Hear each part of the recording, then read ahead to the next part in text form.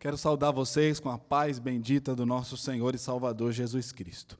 Senhor, nesta manhã fale conosco, que a Tua graça seja sobre nós, que o Teu poder seja sobre nós, que o Teu Espírito Santo tenha liberdade de agir em nós, que neste dia possamos de coração oferecer a Ti o nosso melhor, oferecer a Ti, ó Deus, as nossas vidas, em sacrifício vivo, santo e agradável a Ti, porque este é o nosso culto racional. Glorifica o nome do Teu Filho Jesus Cristo, nesse tempo que teremos aqui, para cantar, para ler as Escrituras, para expor as Escrituras e sermos transformados por ela. Glorifica o Teu nome, é a nossa oração e fazemos isso em nome de Jesus. Amém. Nós vamos declarar Jesus em Tua presença.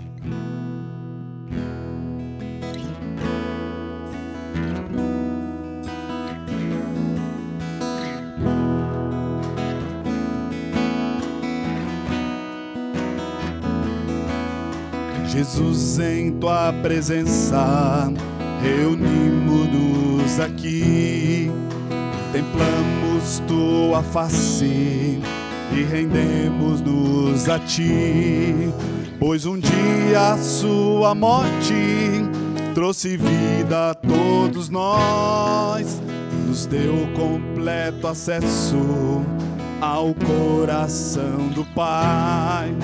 Jesus, em Tua presença, reunimos-nos aqui, contemplamos Tua face e rendemos-nos a Ti, pois um dia a Sua morte trouxe vida a todos nós, nos deu completo acesso ao coração do Pai. O véu que separava já não separa mais, a luz que outrora apagava agora brilha e cada dia brilha mais.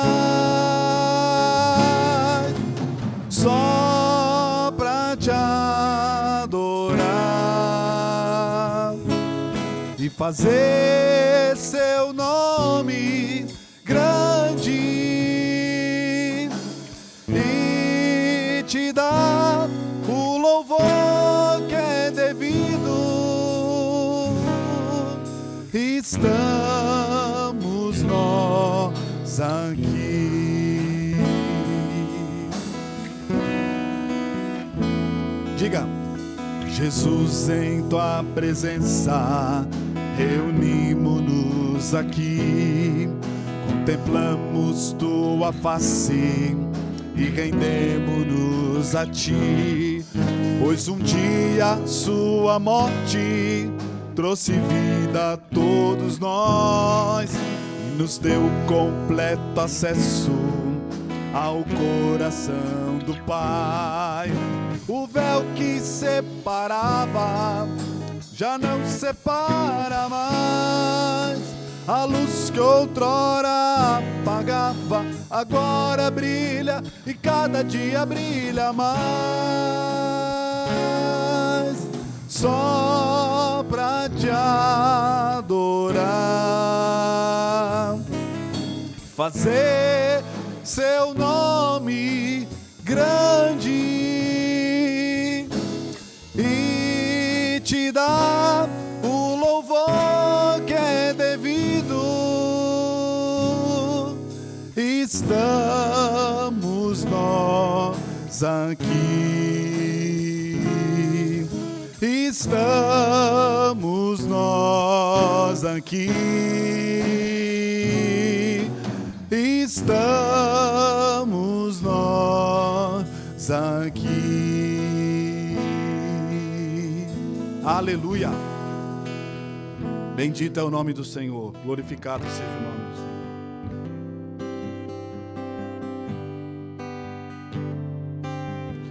Aqui eu vim para dizer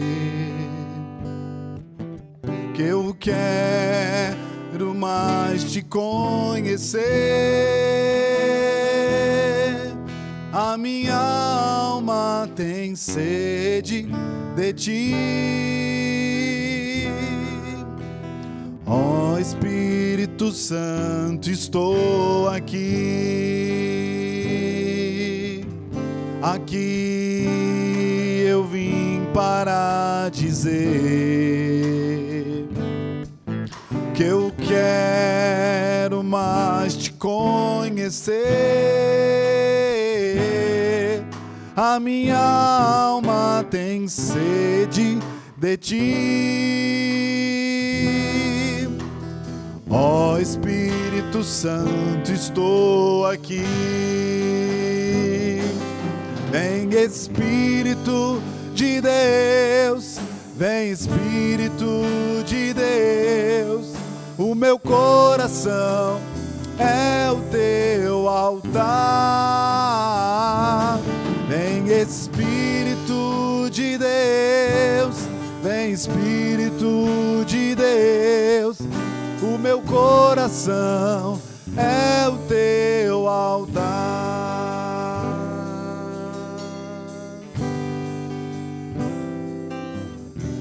Flui Espírito de Deus, flui aqui neste lugar,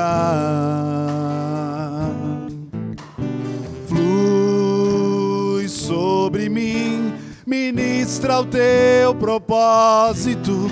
Meu coração é o teu altar. Flui Espírito de Deus, flui aqui neste lugar. Aleluia. Flui sobre mim, ministra o teu propósito. Meu coração é o teu altar. Vem Espírito de Deus, vem Espírito de Deus. O meu coração é o teu altar. Vem Espírito de Deus, vem Espírito de Deus. O meu coração é o teu altar. Vem Espírito de Deus, vem Espírito de Deus. O meu coração é o teu altar. Vem Espírito de Deus, vem Espírito de Deus. O meu coração é o teu altar. O meu coração é o teu altar.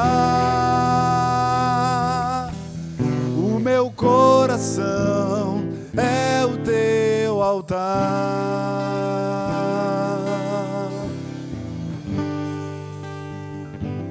Aleluia, louvado seja o nome do Senhor. Nós te adoramos, ó Deus. Bendito é o nome do Senhor Jesus. Tu és digno de ser adorado, de receber toda a honra, toda a glória e todo louvor. Nós te adoramos, ó Deus.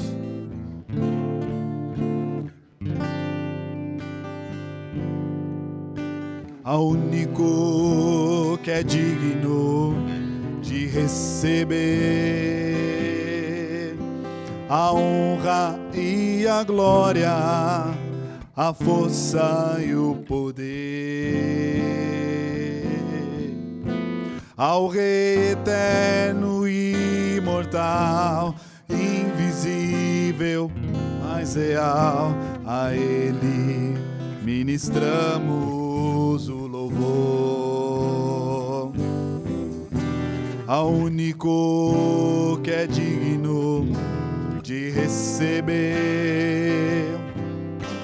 a honra e a glória, a força e o poder,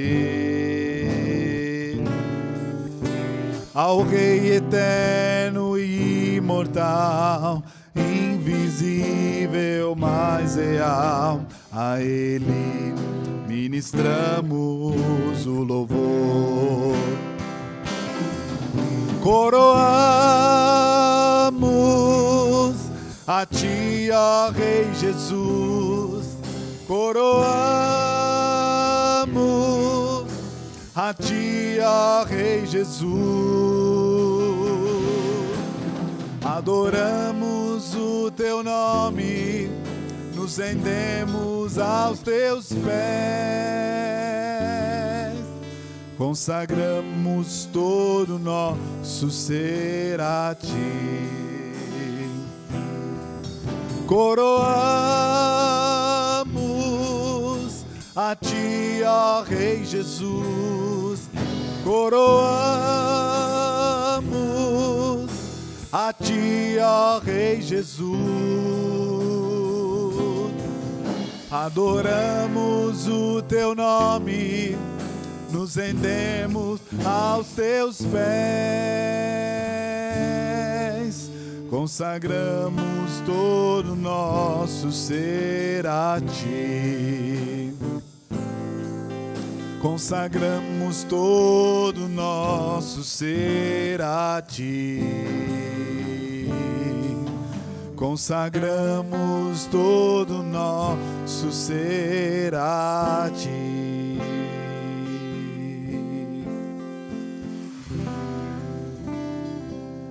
Aleluia, bendito seja o nome do Senhor Jesus. Toda a glória sejam dadas ao Rei dos Reis e Senhor dos Senhores, aquele que vive e reina para todos sempre. Nós Te adoramos e Te bendizemos, ó Deus, porque o Senhor é santo. Aleluia. Coroamos a Ti, ó Rei Jesus. Coroamos a Ti, ó Rei Jesus. Adoramos o Teu nome, nos rendemos aos Teus pés, consagramos todo o nosso ser a Ti. Você pode dizer: eu consagro todo meu ser a Ti. Eu consagro todo meu ser a Ti. Aleluia. Graças a Deus, aleluia. Amém. Graça e paz. Agora sim. Irmãos, eu queria refletir com vocês aqui sobre dízimos e ofertas. Em poucos minutos, eu queria conversar um pouquinho com vocês sobre isso. Há umas 3 semanas atrás, um irmão falou assim para mim: o dízimo não é válido do Novo Testamento. E aí, eu queria trazer para vocês essa questão. O dízimo é válido no Novo Testamento? Eu pergunto. E eu trago como resposta para vocês, e isso de fato importa se ele é válido ou não no Novo Testamento. Se você é rápido de Bíblia aí, Romanos 5,8 fala assim: mas Deus nos prova seu grande amor ao enviar Cristo para morrer por nós, quando ainda éramos pecadores. Quando você entende a grandeza desse amor, quando você entende o que Ele fez por você, o que Ele fez por mim, isso não tem mais importância se é válido ou não no Novo Testamento. Cristo estava em comunhão com o seu Pai, e eles estavam ali, a Trindade em pleno amor, um servindo ao outro, mas era tanto amor que Ele criou o homem para participar disso, e o homem o pecou, o negou.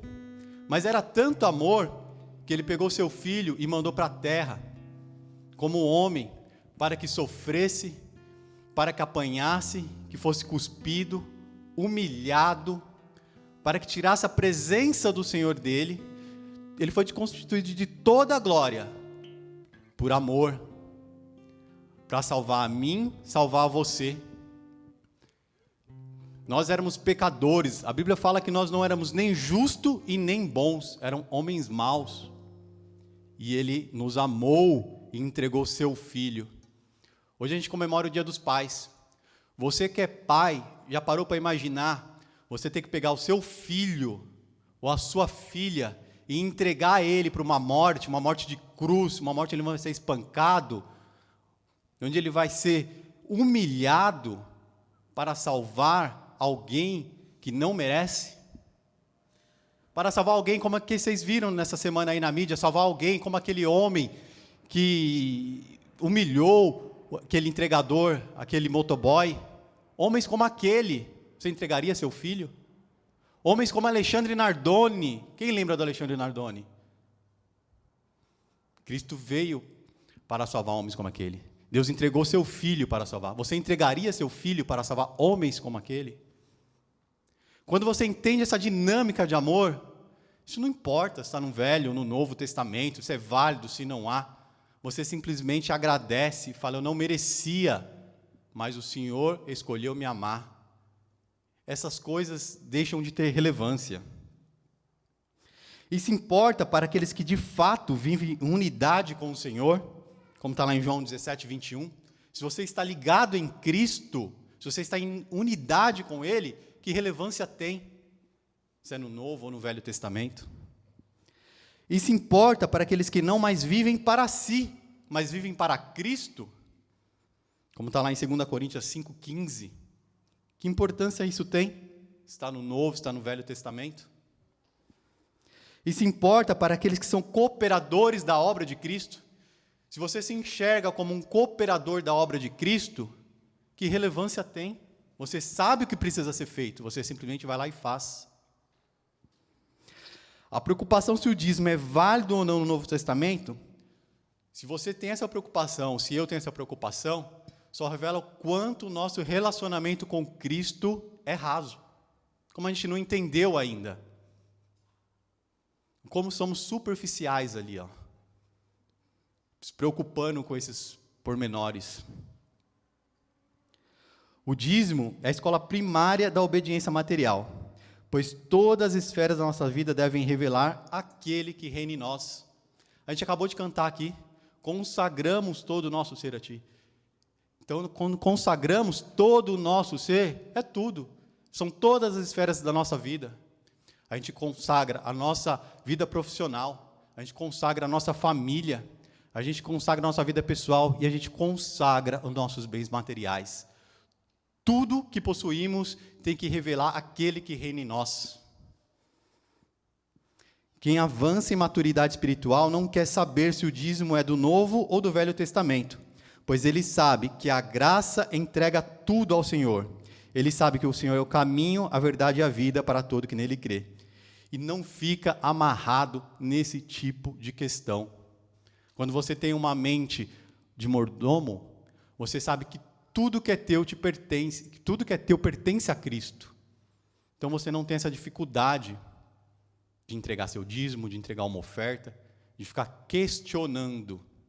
Você simplesmente obedece por gratidão, porque Ele nos amou primeiro e nós não merecíamos. Amém? Queria orar com vocês nessa manhã. Pai, nós te agradecemos, pois o Senhor escolheu nos amar. Ainda que nós não merecemos, o Senhor entregou seu Filho naquela cruz, para que hoje a gente pudesse ter comunhão contigo, Pai. Em nome de Jesus, que o Senhor nos dê uma mente livre de todas as amarras, Pai. Uma mente de mordomo, que estamos aqui para te servir. Que todo o seu ser se revele em nós, Pai. Nós te pedimos, Pai, que nos caminhe para a maturidade espiritual, para que a gente tenha mais conhecimento de Ti, para que a gente possa entender aquilo que realmente importa, Pai. Nós te pedimos também por bênçãos, Pai. Pedimos para aqueles que hoje não têm condições de trazer um dízimo, uma oferta na sua casa, que o Senhor abra portas de empregos, que o Senhor traga estratégias, que o Senhor traga, Pai, maneiras dessa pessoa poder honrar o Teu nome também com as finanças, Pai. Em nome de Jesus, abençoa cada lar, abençoa cada família, Pai, enchendo as suas despensas, não deixando faltar o pão na mesa, Pai. Em nome de Jesus, nós te pedimos nessa manhã, traga, Pai, a unidade para o Teu povo. A unidade, Pai, nós te pedimos, entre com a Tua graça, em nome de Jesus, amém.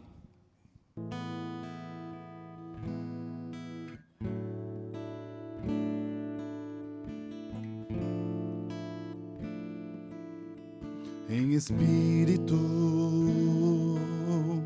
em verdade, você pode se sentar? Te adoramos,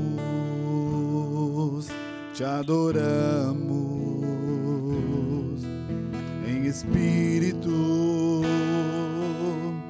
em verdade,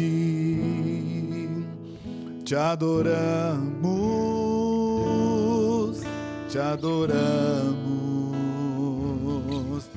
Rei dos reis e Senhor, te entregamos nosso viver. Rei dos reis e Senhor, te entregamos nosso viver pra te adorar, ó Rei dos reis. Foi que eu nasci, ó Rei Jesus. Meu prazer é te louvar, meu prazer é estar nos átrios do Senhor. Meu prazer é viver na casa de Deus, onde flui o amor.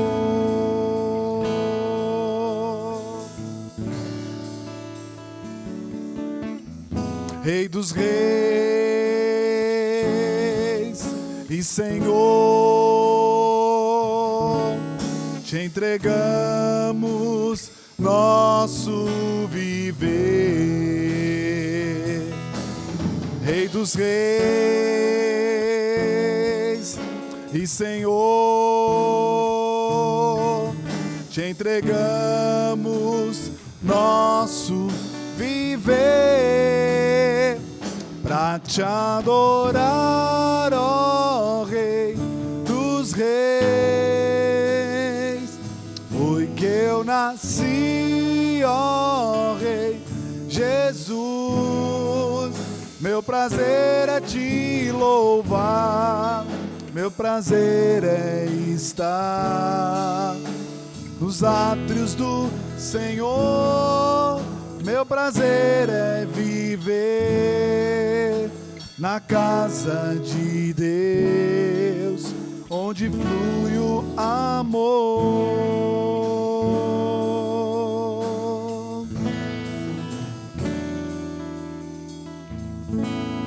Te louvamos, ó Senhor,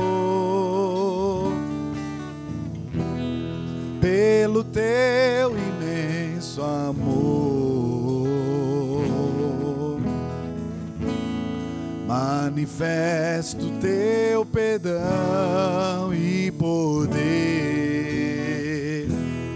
e assim vamos te adorar para sempre.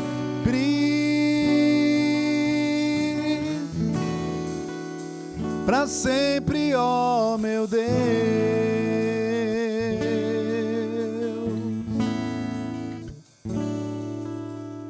Aclame ao Senhor toda a terra e cantemos poder, majestade, louvores ao Rei.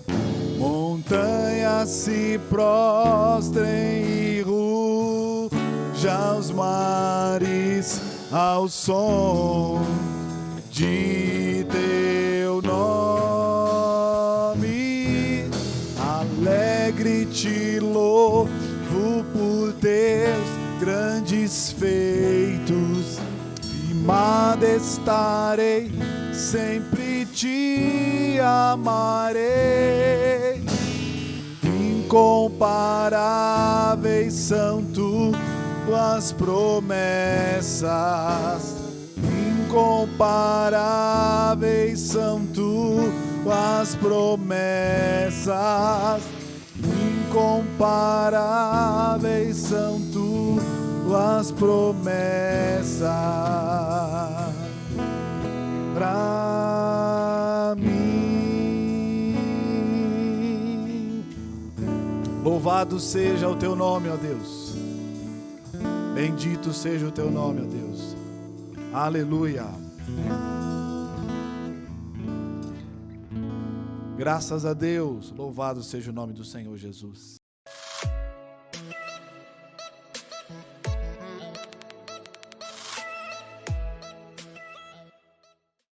Eu quero que você abra a sua Bíblia em Filipenses, no capítulo 1, dos versos 12 até o verso de número 18. Do verso 12 ao 18. Quero ainda, irmãos, que saibam que as coisas que me aconteceram têm até contribuído para o progresso do Evangelho, de maneira que toda a guarda pretoriana e todos os demais sabem que estou preso por causa de Cristo. E os irmãos, em sua maioria, estimulados no Senhor por minhas algemas, ousam falar a palavra com mais coragem. É verdade que alguns proclamam Cristo por inveja e rivalidade, mas outros o fazem de boa vontade. Estes o fazem por amor, sabendo que estou incumbido da defesa do Evangelho. Aqueles, porém, pregam Cristo por interesse pessoal, não de forma sincera, pensando que assim podem aumentar meu sofrimento na prisão. Mas que importa? Uma vez que, de uma forma ou de outra, Cristo esteja sendo pregado, seja com fingimento, seja com sinceridade, também com isto me alegro. Sim, sempre me alegrarei. Eu quero nessa manhã pensar com os irmãos, tenho feito aqui algumas exposições nessa carta de Paulo aos Filipenses. Vocês sabem que quando Paulo escreveu essa carta para orientar a sua igreja, orientar o povo de Deus, Paulo estava na prisão, estava preso. E é nesse contexto de prisão, é nesse contexto de falta de liberdade, não é? Ele não tinha o direito naquele momento de ir e vir, pastorear as pessoas pessoalmente. Então, naquela época, ele fazia isso por meio de cartas. E a carta aos Filipenses é uma delas. E aqui, nessa exposição que eu pretendo fazer a vocês, quero falar um pouquinho sobre a necessidade do Evangelho avançar, do Evangelho progredir. O Evangelho precisa avançar, ele precisa progredir. É claro que tudo isso com a graça de Deus, com a bênção de Deus, com a aprovação do nosso Deus.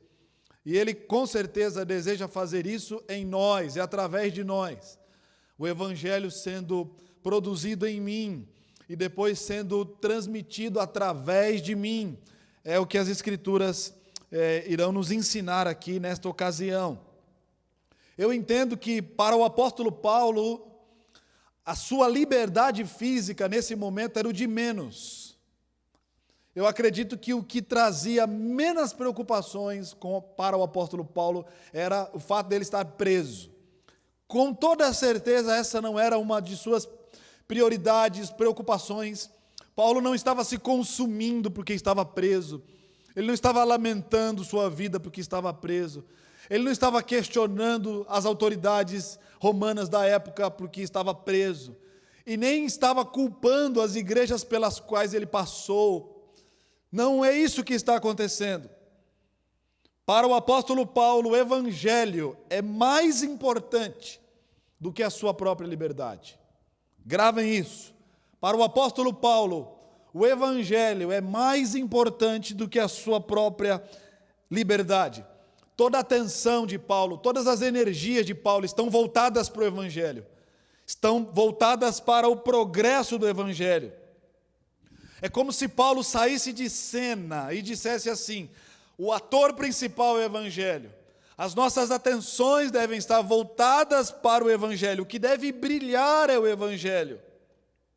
O que veremos aqui não é sobre a prisão de Paulo, mas é sobre o evangelho. O evangelho que para o apóstolo Paulo se tornou o seu oxigênio, sua bússola, sua bandeira. Foi essa bandeira que Paulo levantou. E é claro que é essa bandeira também que deveremos ou devemos levantar também. A ideia central do que eu tenho para dizer a vocês é a seguinte: por mais difíceis que os problemas pareçam ser, você pode ser parceiro de Deus na divulgação da sua mensagem. Por mais difíceis que os problemas pareçam ser, você pode ser parceiro de Deus na propagação, na divulgação do evangelho. Paulo não se vê como vítima. E eu quero chamar a sua atenção para o verso 12. Acompanhe comigo. Quero ainda, irmãos, que saibam que as coisas que me aconteceram têm até contribuído para o progresso do evangelho. Paulo está aprisionado, está impedido de viajar, ele está algemado, mas o coração está feliz. O coração de Paulo está alegre. Qual é a razão disso? O evangelho está progredindo. O evangelho estava avançando. Para o apóstolo Paulo, nenhum dos seus sofrimentos foram por acaso. Há um propósito de Deus. No momento em que Paulo estava vivendo, há um propósito divino diante da realidade com a qual o apóstolo Paulo estava tendo que lidar. No capítulo 3 do mesmo livro, acompanhe comigo, capítulo 3, verso 14, o próprio apóstolo Paulo diz assim: prossigo para o alvo, para o prêmio da soberana vocação de Deus em Cristo Jesus. Paulo é um homem que está olhando para o futuro. Paulo é um homem que está olhando para o que está adiante, não para o que está acontecendo com ele no presente ou o que aconteceu no passado. Paulo está entendendo que a sua vida está no comando de Deus. Paulo está entendendo que a agenda dele está nas mãos de Deus. E por que eu faço essas afirmações? Quais foram as coisas que aconteceram com o apóstolo Paulo e que, mesmo diante do que aconteceu, não foi um obstáculo para que ele pregasse o evangelho? As pessoas hoje ficam hospitalizadas, e o fato de estarem hospitalizadas, isso as fragiliza em relação ao evangelho. Nós hoje temos notícia de pessoas que estão próximas de nós e que não estão bem de saúde, estão internadas, foram contaminadas ou estão lidando com uma doença qualquer, e isso nos fragiliza.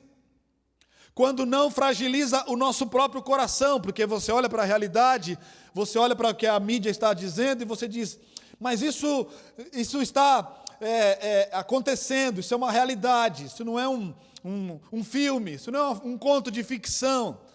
E isso nos fragiliza. E eu também acredito que o apóstolo Paulo, no primeiro século, tinha muitas razões para se fragilizar também. As cadeias de Paulo é uma delas. Paulo está preso. Ele podia ser um homem fragilizado por conta disso. Ele poderia se enclausurar dentro daquela prisão e dizer: eu não quero mais saber da vida. Deus não me ama, eu não tenho mais motivos para viver, eu não tenho mais motivos para pregar. Eu estou aqui limitado a essa cadeia, com um soldado 24 horas diante de mim. E eu lhe pergunto, quais foram as coisas que aconteceram com esse homem chamado Paulo? E mesmo diante dessas realidades, Paulo não desistiu. Eu vou citar algumas delas. Primeiro, Paulo foi perseguido em Damasco. Está lá em Atos capítulo 9. Segundo, ele foi rejeitado em Jerusalém. Rejeitado em Jerusalém. Capítulo 9 também você vai ver isso. Terceiro, Paulo foi apedrejado e arrastado como morto lá na cidade de Listra. Atos capítulo 14, você vai encontrar essa narrativa. Quarto lugar, ele foi preso e açoitado com varas em Filipos. Atos capítulo 16, você vai encontrar essa narrativa. Quinto lugar, ele foi escorraçado de Tessalônica e Bereia. Atos capítulo 17 e 18, você vai encontrar isso. Sexto lugar, ele foi chamado de tagarela em Atenas. Foi chamado de impostor em Corinto. Atos capítulo 17, você vai encontrar essa realidade. Sétimo, ele foi preso em Jerusalém, foi acusado em Cesareia.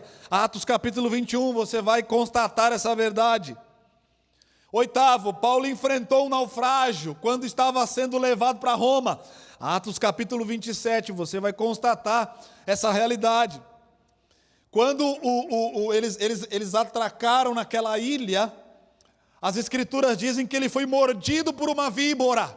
Alguém até disse o seguinte: esse cara tem alguma coisa, porque se ele foi livre do mar, agora uma víbora o mordeu. Ele foi mordido por uma víbora. E a história nos diz em Atos que ele foi preso logo a seguir. Uma prisão domiciliar, mas ele foi preso.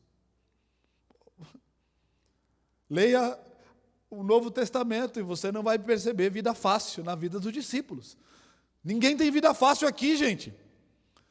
Se você quer vida fácil aqui, agora, essa não é o momento. O momento é de luta, o momento é de adversidade, o momento é de encarar a realidade, o momento é de vencer a adversidade. E é esse Paulo que está falando, esse Paulo que passou por tudo isso e muito mais. É esse homem que está preso, mas está dizendo: eu estou feliz, porque o evangelho está avançando. Eu estou feliz porque o propósito de Deus está se cumprindo. Eu estou feliz porque eu entendo que esse momento é o momento da agenda de Deus para a minha vida. As prisões com as quais tenho que lidar são a agenda de Deus para o meu coração, e eu fico feliz por isso, porque o evangelho está avançando. A glória é do evangelho, a honra é do evangelho. Quem deve brilhar é o evangelho. E se o evangelho está brilhando, se o evangelho está progredindo, se Cristo está sendo glorificado, ainda que nas minhas dores, então eu estou feliz por causa disso. Se Jesus é Senhor, ainda que eu esteja doente, então eu estou feliz porque Jesus é Senhor em meio à minha doença. Se o meu Deus é o meu pastor e nele eu posso descansar, ainda que à minha volta as coisas estejam acontecendo, e às vezes algumas delas fujam do meu próprio controle, mas se isso é para a glória de Deus, então eu fico feliz e glorifico o meu Deus. É isso que Paulo está dizendo. Eu acho isso lindo, irmãos. Mesmo estando no centro da vontade de Deus, Paulo apanhou, sofreu rejeições, foi preso, e pela graça de Deus ele pôde compreender que Deus estava no controle da sua vida. Paulo não é prisioneiro de um império, Paulo não é prisioneiro de Roma, ele é prisioneiro de Cristo. Verso de número 13, veja comigo: de maneira que toda a guarda pretoriana e todos os demais sabem que estou preso por causa de Cristo. Paulo não está preso por causa dos seus inimigos, Paulo não está preso por causa dos seus adversários, ele não está preso por causa de Nero. Paulo entende que o seu cárcere foi produzido por Jesus Cristo. Ou você crê na soberania de Deus, ou você não crê.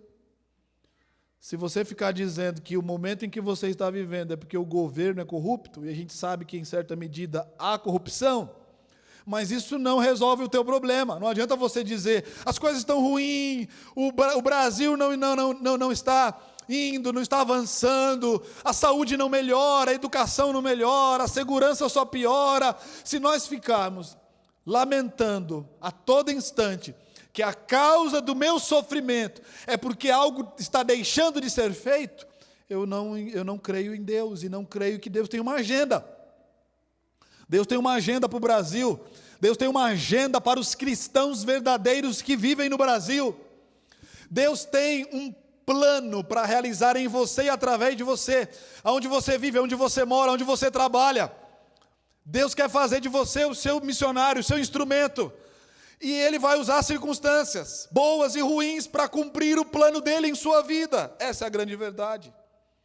As algemas do apóstolo Paulo se tornaram o megafone de Paulo. Gente, isso é lindo. As algemas do apóstolo Paulo se tornaram o púlpito do apóstolo Paulo. Ele usou as suas algemas para pregar o evangelho, para ser feliz na relação dele com Deus. O cartão de visita do apóstolo Paulo era as suas prisões. Esse é o cartão de visita do apóstolo Paulo.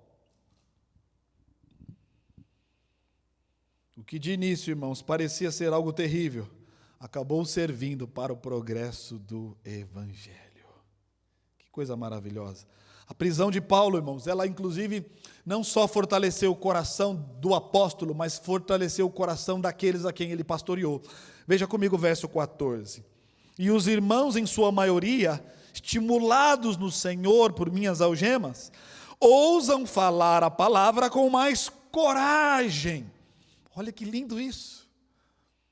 Quando a igreja viu o sofrimento do apóstolo, viu a doação do apóstolo, o envolvimento do apóstolo, o amor do apóstolo por essa causa, eles se sentiram animados com isso. Se Deus está usando o apóstolo Paulo na prisão, Ele pode usar as nossas vidas fora da prisão. Se Deus está honrando o seu servo nessa circunstância, então Ele pode nos honrar também na circunstância em que estamos vivendo. Irmãos, ao verem a fé, ao verem a determinação do apóstolo Paulo, os crentes se sentiram renovados. As prisões do apóstolo Paulo fortaleceram a igreja que estava fora da prisão.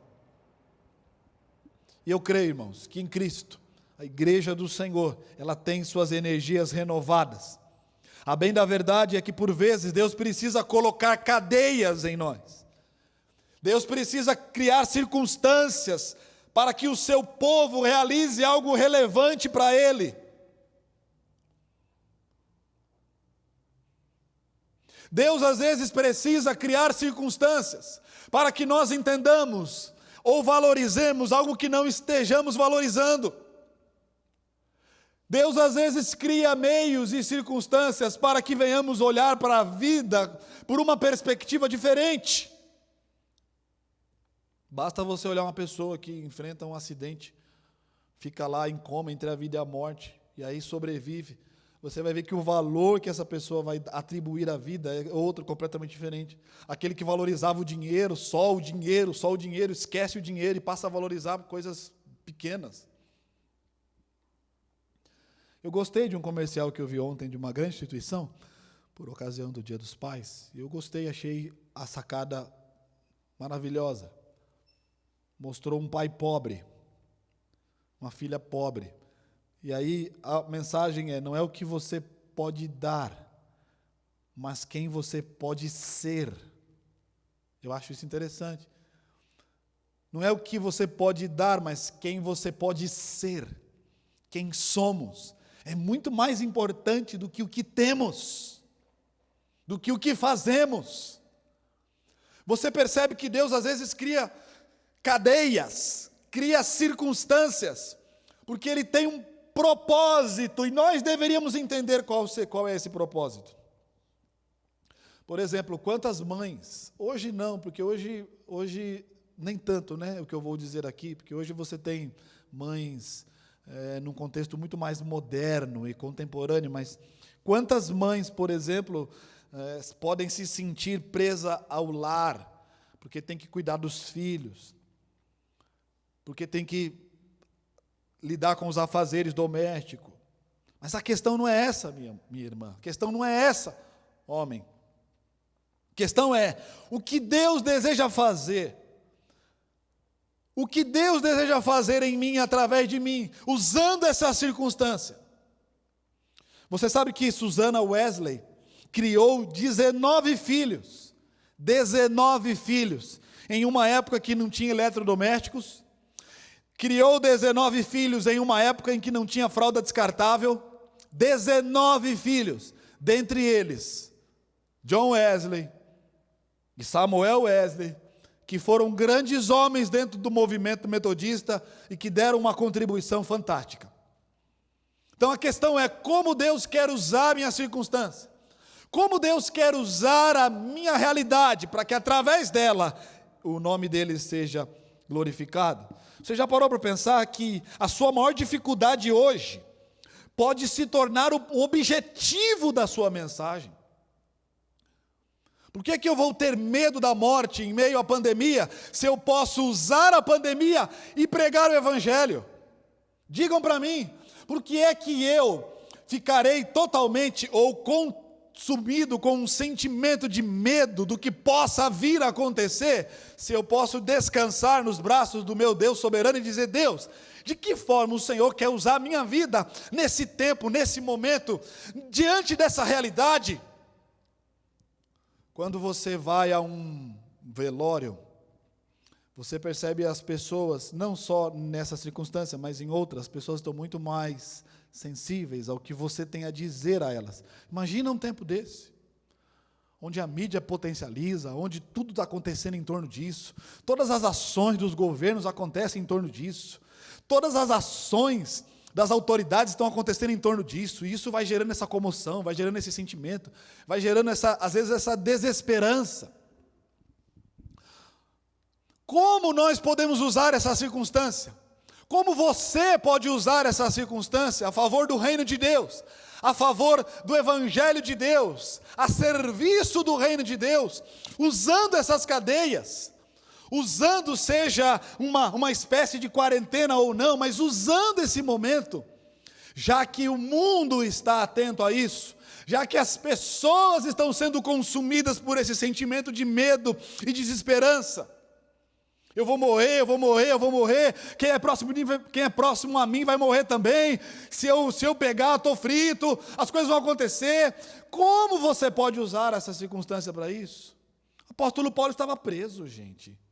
O apóstolo Paulo estava encarcerado, e ele estava com os seus dias contados, com os seus meses contados. Quando ele escreveu a segunda carta a Timóteo, tudo indica que ele foi morto, tempos depois que escreveu essa última carta. Foi a última carta do apóstolo, e lá ele diz: combati o bom combate, acabei a carreira, guardei a fé. Se o Senhor quiser fechar as cortinas da minha vida, que Ele o faça, e vai ser para o louvor da sua glória. Eu vou morrer de pé, vou morrer com dignidade, porque eu fiz exatamente tudo aquilo que o meu Deus me incumbiu de fazer. Eu acredito que nós talvez estejamos em alguns momentos perdendo oportunidades de ouro, oportunidades preciosas, que Deus está dando ao povo de Deus, aos filhos de Deus, aos crentes, aos salvos, aos remidos, aos lavados, aos homens e mulheres que foram regenerados, de darem um testemunho de sua fé, de dizerem: minha esperança está além dessa realidade. Isso me choca, sim. Isso me entristece, sim. Isso traz uma certa comoção, sim. Isso me deixa com um certo receio, às vezes até com um pouco de medo, sim. Mas nada que tire do meu coração a minha fé no Cristo que venceu a morte, ressuscitou e vive, e está à direita de Deus, e é o Alfa e o Ômega, e reina soberanamente, e não há nada que esteja acontecendo que esteja fora do controle soberano do nosso Deus, do meu Deus e do teu Deus. Em Cristo, a igreja tem suas energias renovadas. Paulo tem até opositores. Vamos ler, verso 15 a 17. É verdade que alguns proclamam Cristo por inveja e rivalidade, mas outros o fazem de boa vontade. Estes o fazem por amor, sabendo que estou incumbido da defesa do Evangelho. Aqueles, porém, pregam Cristo por interesse pessoal, não de forma sincera, pensando que assim podem aumentar meu sofrimento na prisão. Mas que importa? Vamos parar até aqui. Paulo se tornou uma ameaça para alguns. Paulo é perseguido, Paulo é achincalhado, Paulo é questionado. As igrejas naquela época estavam divididas. Alguns grupos pregavam a Cristo com sinceridade, outros grupos pregavam a Cristo por motivos escusos. Algumas versões trazem o termo porfia, que dá a ideia de competição, como se eles estivessem competindo. Mas a preocupação de Paulo não é competir, a preocupação de Paulo é glorificar a Cristo, é levar a Cristo. Paulo, irmãos, é um homem que aprendeu a não nutrir inveja, rancor, esse sentimento de disputa no seu coração. Paulo não se importava se alguns eram a favor dele ou contra ele. Para ele, o mais importante era que o evangelho de Cristo estivesse sendo pregado. E eu concluo lendo o verso 18 com vocês. Mas que importa? Uma vez que de uma forma ou de outra Cristo está sendo pregado, seja com fingimento, seja com sinceridade, também com isto me alegro. Sim, sempre me alegrarei. Paulo se mostra indiferente a todo tipo de ataque. Ele age como se fora um homem sem reputação. Ele poderia ser considerado um falso apóstolo. E por que Paulo faz isso? O que leva o apóstolo Paulo a agir desta maneira? Paulo tem uma certeza: a mensagem sempre será mais importante que o mensageiro. Escute isso: a mensagem é mais importante do que o mensageiro. E é isso que deve trazer alegria ao nosso coração. Como líder, Paulo foi ferido e atacado, mas o que importa? Ele tem certeza de que tudo isso contribuiu para o progresso do Evangelho. Quantas vezes nos ressentimos porque o outro ganhou proeminência, recebeu uma promoção que você julgava que você que deveria receber? Quantas vezes nós enxergamos o outro como um inimigo, só porque ele expressou um pensamento a nosso respeito, que não foi o que gostaríamos de ouvir? Quantas vezes nós descartamos as pessoas, porque elas pensam diferente de nós? Paulo é um homem liberto do eu. Ele colocou o Evangelho acima de qualquer coisa. Por amor a Cristo, precisamos também, nesta ocasião, colocar o Evangelho acima de qualquer coisa. E eu concluo mostrando algumas lições em forma de perguntas. Quem é capaz de colocar os interesses de Deus nessa ocasião acima dos seus próprios interesses? É o meu próprio interesse com a minha sobrevivência? Ou é o interesse do meu Deus em que o Evangelho sobrevive em mim? É o interesse de Deus de que eu me consuma com o que eu ouço e com o que eu vejo? Ou é o interesse de Deus de que eu me consuma com o seu Evangelho e me alegre nele? Quem é capaz de enxergar nas dificuldades que a vida nos apresenta lindas oportunidades para pregar o Evangelho? Como anda o seu amor pelo Evangelho? O nosso amor pelo Evangelho? E eu vou concluir aqui lendo um parágrafo com base numa pergunta: o que nos importa? O que me importa? O que importa a você? A mesma pergunta que Paulo fez, mas que importa?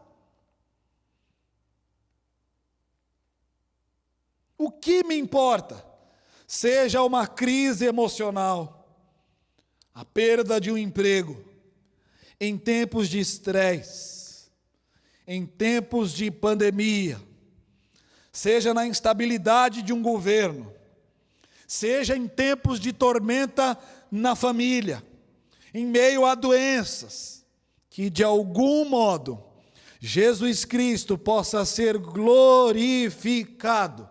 Foi nesta perspectiva que Paulo se alegrou, colocando sempre o Evangelho acima de qualquer coisa. O nosso problema é que nós colocamos a crise na frente do Evangelho. Nós colocamos os nossos desejos acima do Evangelho.